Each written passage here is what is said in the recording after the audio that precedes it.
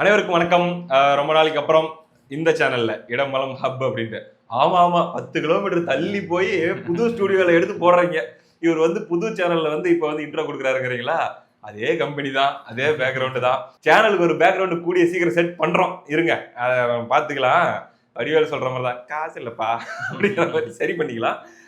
அதனால என்னது இன்னைக்கு திங்கட்கிழமை எங்களுடைய கேமரா நண்பர் இங்கதான் நின்றுக்கிறாரு. அவர்தான் சொன்னாரு, ப்ரோ திங்கக்கிழமை வந்துருச்சு, ஹைப் எல்லாம் மறுபடியும் வந்து புதுசா எல்லாருக்கும் கிடைச்சிருக்கும், அதனால கேட்டுருங்க ப்ரோ, ஹைப் பண்ணுவாங்க அப்படின்னாரு. அதனால எங்கள் நண்பர் கேமரா மற்றும் எடிட்டிங் எல்லாவற்றையும் கவனித்துக் கொள்கிற எங்கள் மணி அவர்களின் சார்பாக ஒரு ஹைப் மட்டும் முடிஞ்சா பண்ணி விடுங்க. அவர் மீது என்ன சொல்றது, நீங்கள் செலுத்தும் அன்பாக மரியாதையாக அது இருக்கும் என்று தெரிவித்துக் கொண்டு வணக்கம் சுரேன். அதாவது லோக்கல் பாலிடிக்ஸ்ல இருந்து இன்டர்நேஷனல் பாலிடிக்ஸ் வரைக்கும் நாங்க வந்து அலசாத ஏரியாவே இல்லை அப்படிங்கிற மாதிரி அலசிட்டு இருக்கிறோம். பரவாயில்ல, சேர்த்து அலச வேண்டியதானே, அலசரம் அதையும் சேர்த்து அலச. ஆமா, ஒண்ணும் இல்ல. இப்ப இந்த வீடியோவை கூட வேற ஒரு டாபிக்ல பேசியிருந்தோம்னா பயங்கரமா பிச்சிட்டு ஓடி இருக்கும். யாரோ டிஎன்ஏ டெஸ்ட்ல மாட்டிருக்காங்களா. பட் இருந்தாலும் அதெல்லாம் நம்ம பேசாம வேற உலகத்துல என்ன நடக்குது அப்படிங்கிற ஒரு விஷயத்த பத்தி மக்களுக்கு சொல்லலாமே அப்படின்றதுக்காக தான் நீங்களும் நிறைய எல்லாம் எடுத்துட்டு வந்திருக்கீங்க. இன்புட்லாம் சும்மாவே இருக்க மாட்டேங்கிறான், இருந்தாலும் ஏதாச்சும் ஒரு கோளாறு கொடுத்துக்கிட்டே இருக்கிறான் அப்படிங்கிற வரிசையில் முக்கியத்துவம் உலக அளவில் வகிப்பவர் யாருன்னா ட்ரம்ப் தான். ஆமா, இதையாச்சும் ஒண்ணு பண்ணிட்டு இருப்பாப்புல. இப்ப என்னன்னா யூஎஸ்ல 90 லட்சம் பேர், 9 மில்லியன் பேரு அங்கங்க கூடி பயங்கரமா ட்ரம்ப்புக்கு எதிரான போராட்டம் எல்லாம் பண்ணிட்டு இருக்கிறாங்களா. என்ன பஞ்சாயத்து? அது நோ கிங்ஸ் அப்படிங்கிற ஒரு தலைப்புல வந்து அந்த போராட்டம் நடத்திட்டு இருக்காங்க. எவனும் ராஜா இல்லடா. அது ஏன்னா எப்படி சொல்றாங்கன்னா, ட்ரம்ப் வந்து அத்தாரிட்டேரியன் லீடர்ஷிப், ரொம்ப அவரை தான் ஒரு ரொம்ப பெரிய சுப்ரீம் லீடர் மாதிரியும் அவர் நினைச்சுக்கிறாரு. சுப்ரீம் லீடர் ஈரான் மாதிரி இங்க யூஎஸ்ல ட்ரம்ப் நினைச்சுக்கிறாரு. அது வந்து பாத்தீங்கன்னா நியூயார்க், சிகாகோ, அது மாதிரி யூஎஸ்ல வேற வேற இடங்கள்ல, கனடால கூட நடந்திருக்கு, யூரோப்ல ஒரு சில இடத்துல ஆர்ப்பாட்டமா. ஆமா, இது நடந்திருக்கு. எதுக்காக இந்த போராட்டம் நடத்திருக்காங்கன்னா, இந்த ட்ரம்போட இந்த ஆக்டிவிட்டிஸ்னால என்னென்ன பிரச்சனைகள்லாம் வருது, என்னென்ன பாதிப்புலாம் வருது. ஓகே, அவங்க பாயிண்ட் ஆஃப் வியூல என்னெல்லாம் பிரச்சனைன்னு சொல்றாங்க. அண்ட் மோரோவர் அவங்க பாயிண்ட் ஆஃப் வியூ எங்க பொதுவாக ஒரு வாரில் என்னென்ன பிரச்சனைலாம் வருங்கிறது தான். அவங்க என்ன, நம்ம ஒரு டெமோக்ரஸியே அடி வாங்குது, வாழ்வாதாரம் பாதிக்கப்படுது. அதுக்கப்புறம் இன்னொன்று என்ன சொல்கிறாங்க, நான் இது ஒரு லிஸ்ட்டே சொல்கிறேன், இந்த லிஸ்ட்டுக்கு ஆப்போசிட்டாக இன்னொரு விஷயம் இருக்கு. ஓகே, ஏ பி ரெண்டு இருக்கு. இப்போ இந்த ஏ குரூப் சொல்றது என்ன சொல்றாங்கன்னா, இந்த மாதிரி வாழ்வாதாரம், ஃபியூல் ஹைக்கு, எல்லா பிரச்சனைகளும் வரும். இன்னொன்று என்ன சொல்றாங்கன்னா, இந்த பார்டர், இந்த இமிகிரேஷன் வந்து ரொம்ப ஸ்டாப் பண்றாரு, இது வந்து ரொம்ப அதிகமா இருக்கு, அது வந்து மக்களுக்கு வந்து விருப்பம் இல்லை, மனிதாபிமானமே இல்லாம ஓவரா பண்றாங்க. அதனால உங்களுக்கு தெரியும், இந்த டீபோர்ட் நான் நிறைய பண்ணிட்டு இருக்காரு, யாரெல்லாம் வராங்களோ அவங்க வெளியேறது. அதுக்கப்புறம் கவர்மெண்ட், மீடியா, கோர்ட்டெல்லாம் வந்து ஒரு தலைபட்சமா செயல்படுது, இவருக்காக இவர் பேசுறது மட்டும்தான் வந்து ப்ரியாரிட்டைஸ் பண்ணுது, மக்கள் குரல் எல்லாம் வந்து நசுக்கப்படுது அப்படின்னு இந்த வார்னாலையும் பயப்படுறாங்க. இந்த வாரனால யூஎஸ்க்கு நாளைக்கு என்ன பிரச்சனை வரப்போதோ அப்படிங்கிற ஒரு ஃபியரோட இருக்காங்க. நியாயம் தானே அது, அதுவும் இருக்கு, இதெல்லாம் நியாயம் தான், நான் இல்லைன்னு சொல்லல. நான் இன்னொன்னு என்ன சொல்ல வரேன், இது வந்து யூஸ்வலா இன்னொருத்தர் ராபர்ட் டி நீரோன்னு சொல்லிட்டு ஒரு ஃபேமஸ் இயக்குனர், பல வெற்றி படங்களை ஹாலிவுட்ல கொடுத்த இயக்குனரும் ட்ரம்புக்கு அகைன்ஸ்ட் இல்ல, அதோட நல்ல டைரக்டர் அவரும் வந்து ட்ரம்ப்பை வந்து ஒரு ஃபூலுங்கிறார். இந்த ஃபூல் கிட்ட நம்மளாம் மாட்டிக்கிட்டு படாத பாடுபடுறோமே அப்படிங்கிறாரு. இப்ப நம்ம ஊர்ல வேற வேற பார்ட்டிஸ் இருக்கு, காங்கிரஸ் இருக்கு, பாஜக இருக்கு. நம்ம பிரகாஷ்ராஜ் பாஜக திட்டறது இல்லையா? உதாரணத்துக்கு உடனே இதை கம்பேர் பண்ணி தயவு செஞ்சு ஆரம்பிக்க கூடாது. அங்க வந்து ரிப்பப்ளிகன்ஸ், டெமோக்ராட்ஸ் அப்படின்னு ரெண்டு வகை இருக்கு. ஓகே, ட்ரம்ப்புக்கு யார் ஓட்டு போட்டு ஜெயிக்க வச்சாங்கன்னு பாத்தீங்கன்னா ரிப்பப்ளிகன்ஸ் என்ன மாதிரி ஒரு அரசியலை விரும்புவாங்க அப்படின்னு பாத்தீங்கன்னா, make America great again, America centric, அதுதான் அமெரிக்கன்ஸ், அதுதான் உண்மை. ஸோ இதுக்கு முன்னாடி இருக்கிற கவர்மெண்ட்ல வந்து எக்கனாமிக் ஸ்டெபிலிட்டிலாம் ரொம்ப கம்மியா இருந்ததாகவும், இந்த வேஜஸ் அந்த மாதிரி இந்த இண்டஸ்ட்ரியல் இதெல்லாம் வந்து ரொம்ப அடிபட்டுருச்சு. ட்ரம்ப்போட எப்படின்னா, அவரோட பிரச்சாரமே எப்படின்னா, இதெல்லாம் நான் மீட்டு தரேன், என்னென்னலாம் போச்சோ அதெல்லாம் மீட்டு தரேன், பார்டர்ல இருந்து இல்லீகலா உள்ள வரவங்களை நான் வந்து தடுப்பேன், இதே மாதிரி இமிகிரேஷனு, வெளியாளுங்கெல்லாம் உள்ள வராங்களே, இவங்க என்ன ரிப்பப்ளிகன்ஸ் என்ன நினைக்கிறாங்க, அதனால யூஎஸ்ல இருக்கிற வேலை வாய்ப்பு கம்மியாகுது.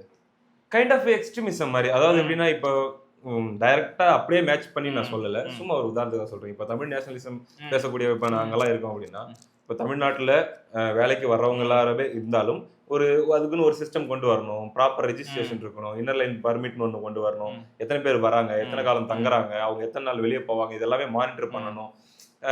அதே மாதிரி முழுக்க முழுக்க இங்க இருக்கக்கூடிய மண்ணின் மக்களுடைய நலன் சென்ட்ரிக்கா இருக்கணும், முக்கியத்துவம் அப்படின்னு ஒன்று எடுத்து வைப்போம். இப்ப இந்தியன் நேஷனலிசம் பேசக்கூடியவங்களும் பாத்தீங்கன்னா இந்தியா சென்ட்ரிக்கா இருப்பாங்க, வெளியே இருந்து வரக்கூடிய பார்டர்ஸ் எல்லாம் நிறைய வாட்ச் பண்ணணும்னு சொல்லுவாங்க.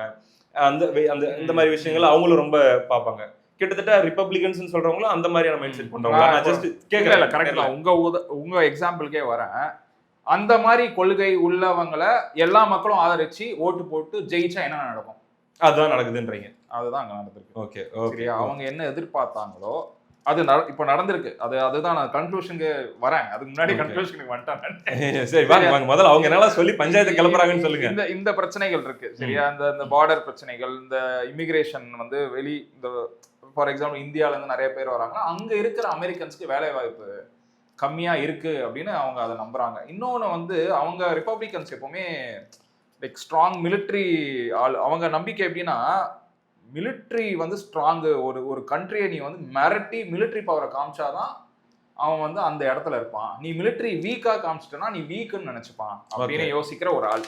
ஓகே, ரிப்பப்ளிகன்ஸோட மைண்ட் செட் சொல்றேன். இன்னொன்று மக்கள் எப்படி எதிர்பார்க்குறாங்கன்னா, இந்த ட்ரெடிஷ்னல் பொலிட்டீஷியன்ஸு இந்த காலங்காலமா அவங்க அந்த குடும்பம் இந்த குடும்பம், ஹிலரி கிளின்டன் அவரோட வாரிசு அரசியல், அது வந்து வேணாம், இந்த வாட்டி டிஃப்ரெண்டா இருக்கணும்னு சொல்லிட்டு ட்ரம்ப் ட்ரம்ப் இன்னொரு வகையில் என்ன நம்புறாங்கன்னா, உலகமே எதுக்கு ட்ரம்ப் திட்டுதோ அதுதான் ரிப்பப்ளிகன்ஸ் பிடிச்சி ட்ரம்ப் பிரசிடென்ட்டாக வாங்கியிருக்கு. புரியுது, ஸ்ட்ரெயிட் ஃபார்வர்ட், பயம் இல்லா பேச்சு, சரியா? எதுக்குமே பயப்படாம இதாண்டா அப்படின்னு சொல்றது அவங்களுக்கு பிடிச்சிருக்கு. அதுவும் ஒரு காரணம் ட்ரம்ப் வந்து பிரசிடென்ட்டா ஆகுனது. அது போக இந்த டாக்ஸ் கட்டு இது எல்லாமே வந்து சுயநலமா இருக்கணும், நம்ம நாடு தான் முக்கியன்ற மைண்ட் செட்ல யோசிக்கக்கூடியவங்களா இருப்பாங்க. சுயநலம்னு சொல்ல முடியாது, அவங்க நாட்டு மக்களோட விருப்பம். அதுதான் சொல்றேன். இப்போ நம்ம இருக்கோம், அதான் மறுபடியும் தமிழ்நாடு எக்ஸாம்பிளுக்கே வரேன். தமிழ்நாடு சென்ட்ரிக்கா தமிழர்கள் தான் அப்படின்னு சொல்லி யோசிக்கிறது நம்ம பார்வையில சுயநலம். ஆனா நம்ம என்ன சொல்றது, மத்தவங்களுக்கு வந்து பார்த்தா நம்ம ஓவரா இருக்கோன்ற மாதிரி தோணும். பட் அதுதானே பண்ணி ஆகணும் அப்படின்னு ஒரு ஆங்கிள் நம்ம யோசிப்போம்ல, அந்த மாதிரி இருக்குமா? இல்ல, அது நீங்க சொல்றது கரெக்ட். அதே டாபிக் தான். அது வந்து ஒரு டெமோக்ராட்டிக்கா ஒரு தேர்தல்ல அது முடிவெடுக்கப்பட்டு தேர்தலில் நீங்க அதிக சதவீதம் வாக்கு பெற்று நீங்க ஜெயிச்சீங்கன்னா அதை இம்ப்ளிமெண்ட் பண்ணணும். அதுக்குதானே உங்களை ஓட். கண்டிப்பா. நான் இப்ப ஃபர்ஸ்ட் சொன்னேன்னா இந்த பிரச்சனைகள்லாம் அதுக்குதான் போராட்டம் நடக்குதுன்னு. அந்த போராட்டத்தை யார் யார் பண்ணாங்கிறத நான் விட்டேன். அந்த போராட்டம் வந்து டெமோக்ராட்ஸ் தான் பண்ணியிருக்காங்க. அது வந்து கிராஸ் ரூட் ஆர்கனைசேஷன் ஒன்று இருக்கு. அதான் உங்ககிட்ட கேட்கணும்னு நினைச்சேன். ஏன்னா இவ்வளோ பேர் பண்றாங்கன்னா தன்னெழுச்சியா நடக்குதா இல்ல யாராச்சும் ஃபண்ட் பண்ணி ஆர்கனைஸ் பண்ணி பண்றாங்க? அது ஓவராலா ஒரு சோர்ஸ் கிடையாது, மல்டிபிள் சோர்ஸ். இண்டிவிஜுவல் டொனேஷன்ஸ் வருது. அந்த கிராஸ் ரூட் ஆர்கனைசேஷன் சொன்னேன். மூவ் ஆன், இன்டிவிசிபிள் அப்படிலாம் இருக்கு அந்த ஆர்கனைசேஷனு. டெமோக்ராட்ஸ் நிறைய பேர் இருக்காங்க அவங்க. அதுக்கப்புறம் நிறைய அந்த சின்ன சின்ன கம்யூனிட்டிஸ்லாம் இருக்கும்ல, ஓகே, இந்த மாதிரி எல்லாருமே கலந்து தான் இதை பண்ணியிருக்காங்க. எப்படின்னா அந்த லாஜிஸ்டிக்ஸ் ஆர்கனைஸ் பண்றது, இந்த கூட்டத்தை கொஞ்சம் அங்கங்க ரோட் பிளாக்ஸ், ஆனா பீஸ்ஃபுல்லா தான் நடந்திருக்கு இந்த ப்ரொட்டஸ்ட். ரொம்ப பிரச்சனைகள்லாம் ஒரு சில இடத்துல நடந்திருக்கு, ஆனா பேசப்படுற அளவுக்கு இல்லை. இது எல்லாம் உலக செய்திகள் எல்லாம் கவர் பண்ணிருக்கு, பிபிசி, ராய்டர்ஸ் எல்லாமே கவர் பண்ணியிருக்காங்க. நான் என்ன சொல்ல வரேன், இந்த ப்ரொட்டஸ்ட் வந்து எப்படின்னா, ட்ரம்ப் பிரசிடென்ட்டா எதுக்கு சூஸ் பண்ணாங்களோ அதுக்கு எதிரான பிரச்சனைகள் தான் இது. ஓகே, புரியுது. பிரசிடென்ட்டா எதுக்கு சூஸ் பண்ணமோ அதை தான் ட்ரம்ப் பண்ணிட்டு இருக்காரு. புரியுது. அதை தான் மக்கள் எதிர்பார்த்தாங்க. நீ வந்து ஈரானோட பிரச்சனையை அந்த மக்களுக்கும் பிடிக்கல. ஈரானை வந்து வைக்க வேண்டிய இடத்துல வை, நம்ம மிலிட்டரி ஸ்ட்ரென்த்தை காத்துங்கிறது வந்து ஒன் ஆஃப் த இது. அவரோட ட்ரம்போட பிரசிடென்ட் ஆகிறதுக்கு முன்னாடி என்ன சொல்லுவாங்க, மேனிஃபெஸ்டோ மாதிரி நம்ம சொல்லுவாங்க, அவரோட promise, one of the promise. இந்த மாதிரி நம்ம வந்து military strength, make America great அகைனே அதான். நம்ம ஏன் வந்து இவ்வளோ ஸ்பெஷலுங்கிறத காட்டுறது தான். அதுவும் ஒன் ஆஃப் த இது. அதே மாதிரி ரிப்பப்ளிகன்ஸ்க்கு இன்னொரு மைண்ட் செட் இருக்கு, அவங்க ஆலிஸ்லாம் ரொம்ப ரெஸ்பெக்ட் பண்ணுவாங்க. ஸோ இஸ்ரேலும் ஒன் ஆஃப் த ஆலி. ஸோ அதனால ஒரு சில பேர் ரிப்பப்ளிகன் சொல்றேன், இப்போ நிறைய பேர் இந்த இதுல பிரச்சனை பண்ணாங்க, எதுக்கு இஸ்ரேல் பஞ்சாயத்துக்கு எதுக்கு நீங்க போய் தலைய விடுறீங்க அப்படின்னு சொல்லிட்டு. ஆனா ரிப்பப்ளிகன்ஸ்க்கு இதான் வேணும். அதுவும் இல்லாம ஈரானோட பிரச்சனை இவங்க எப்படி பாக்குறாங்கன்னா, வெறும் ஸ்ட்ரெயிட் ஆஃப் ஃபார்மர்ஸ் பல அது வந்து டிபேட்டபிள், என்ன வேணாலும் நம்ம சொல்லலாம். ஆனால் யூஎஸ் பேஸ் உலகம் ஃபுல்லாக பல இடத்துல இருந்தது. ஈரான்லையும் யூஎஸ் பேஸ் இருந்தது. இப்போது நம்ம மிலிட்ரி ஆளுங்களை கொண்டா நம்ம சும்மா இருப்போமா? கண்டிப்பாக. ரொம்ப வருஷமாக இது நடக்குது. கண்டிப்பாக வந்து இப்போ இல்லை, ரொம்ப 40 இயர்ஸாக. அதுவும் இல்லாமல் ஈரான் கிட்ட என்ன பிரச்சனை, நிறைய இதுக்கு முன்னாடி வார் வீடியோல சொல்லியிருக்கேன், டெத் டு அமெரிக்கான்னு ஒரு ஸ்லோகன் அவங்களுக்கு இருக்கு. அமெரிக்கா ஒழிக்கணும்ன்ற மாதிரி. அமெரிக்காவை காலி பண்ணும் 40 வருஷமா. ஓகே, சரியா? அதனால அங்க ஈரான்ல இருக்கிற யூஎஸ் பேஸ், ஈரானோட ஏதாவது ஷிப், மிலிட்டரி ஆளுங்க மூவ்மெண்ட்ஸ் தான் அவங்கள ஏதாவது ஒரு மிசைலோ ஏதாவது விட்டு கொள்றது, இது மாதிரி பல பேர் செத்துருக்காங்க, பல நியூஸ் இருக்கு. இதெல்லாம் பார்த்துட்டு இவங்களுக்கு ஒரு ஃபியர் இருக்கு. அதுவும் இல்லாமல் ஈரானோட நியூக்ளியர் ப்ரோக்ராம், அது யூஎஸ்க்கு ஒரு பயம் இருந்துகிட்டே இருக்கு. ஏன்னா யூஎஸ் வந்து ஏற்கனவே பல டெரரிஸ்ட் அட்டாக்ஸா பார்த்த உண்மையா அது அவங்க அணு ஆயுதம் வச்சிருக்காங்கன்றதெல்லாம் உண்மையா அது இருக்குன்னு இப்போ ப்ரூவ் ஆயிருக்கு. அந்த ப்ரோக்ராம் பண்ணிட்டு தான் இருக்காங்க அப்படின்னு இருக்காங்க. இது எப்படி சொல்றேன்னா பண்ணிட்டு தான் இருக்காங்க. அது வந்து வெப்பனுக்கு இல்லைன்னு தான் அவங்க சொல்லியிருந்தாங்க. அவங்க என்ன நினைச்சாங்க, இந்த hospital uses, energy uses, uranium அங்கே அதிகமாக இருக்கு, ஸோ அதுக்கான ஒரு ஹெல்த்தியான ஒரு ப்ரோக்ராம் தான் நடத்திட்டு இருக்கோம். ஆனால் யூஎஸ் மக்கள் என்ன எதிர்பார்க்குறாங்க, அது வந்து ஒரு நியூக்ளியர் வெப்பனாக இருக்கலாம், அது நாளை பின்ன யூஎஸ் மேலே அதை வந்து யூஸ் பண்ணலாம் அப்படின்னு சொல்லிட்டு அவங்க சைட்லேருந்து வைக்கிறாங்க. இதெல்லாம் எதிர்பார்த்தது தான் ட்ரம்ப் பண்ணிட்டு இருக்காரு. அதனால அவங்க சப்போர்ட்டர்ஸ் ஹாப்பி, யார் ஓட்டு போட்டாங்களோ அவங்க ஹாப்பி. அதை தான் நான் சொல்றேன், எதுக்கு ஓட்டு போட்டு ட்ரம்ப் இதெல்லாம் பண்ணணும்னு நினைச்சாங்களோ அதெல்லாம் ட்ரம்ப் பண்ணிட்டு இருக்காரு. ஆனா இந்த இன்னொரு சைடு இந்த ப்ரொட்டஸ்ட் எப்படின்னா, இந்த கொள்கைக்கு ஆப்போசிட்டான ப்ரொட்டஸ்டா தான் நான் பாக்குறேன். இதுல நியாயமான இதுவும் இருக்கு, டிப்ளமசியா இருங்கன்னு எதிர்பார்க்கறாங்க அந்த மக்கள். நீ ரொம்ப அக்ரெசிவா போற, டிப்ளமசியா இருங்க. ஆனா நீ ஓட்டு போட்டு ஜெயிக்க வச்சதே நீ அக்ரெசிவா இருக்கணும் தானே, அவங்களுடைய டிமாண்ட் அதுதான். அப்படி ஸோ அதனால என்ன ஜெயிக்க வச்ச மக்களுக்கு அவங்க என்ன எதிர்பார்த்தாங்களோ அதை பண்றாரு. அதாவது சுரேந்தர் என்ன சொல்ல வருகிறார் என்றால், இந்த போராட்டம் சரி தவறு என்று சொல்லாமல் அவங்க இது அவங்க பாயிண்ட் ஆஃப் வியூ, இது இவங்க பாயிண்ட் ஆஃப் வியூ. ரிபப்ளிகன்ஸ் ஏங்க மேக் அமெரிக்கா கிரேட் அகைன் கேங்குங்கிறது அந்த அந்த பல பேர் இருக்காங்க, சுப்ரீமிஸ்டுமாங்க, அவங்கள ஒயிட் சுப்ரீமிஸ்டுமாங்க. அவங்களுக்கு அவங்க தான் ஓட் பண்ணியிருக்காங்க, அவங்க இப்படி தான் இருக்கணும்னு சொல்லி ட்ரம்ப் திருப்பி வராது. ட்ரம்ப் இதுக்கு முன்னாடி என்னென்னலாம் கூத்து பண்ணாருன்னு உங்களுக்கு தெரியும். போன ட்ரம்ப் பீரியட்ல இதே மாதிரி தான் இந்த கிம் ஜோங் யங் பிரச்சனை ஒம்பளுக்கிறது, அவங்க அதான் எதிர்பார்க்குறாங்க அந்த மாதிரி ஒரு இதை. அதே மாதிரி இப்போ பண்ணி கிறுக்கு பயக்குள்ள அப்புறம் வேர்ல்டு வேர் எதனா கொண்டு வந்து விட போறாங்க, அப்புறம் நம்ம ஊர்ல நம்ம நிம்மதியா இருக்கிறது கெடுதல். அந்த பயம் தான் இப்ப அவங்களுக்கு இருக்கு. கொஞ்சம் டிப்ளமேட்டிக்கா போலாமே, அவங்க டெமோக்ராட்ஸ் எப்படி எதிர்பார்க்கறாங்கன்னா இந்தியா இப்ப எப்படி இருக்கோ அந்த மாதிரி எதிர்பார்க்கறாங்க.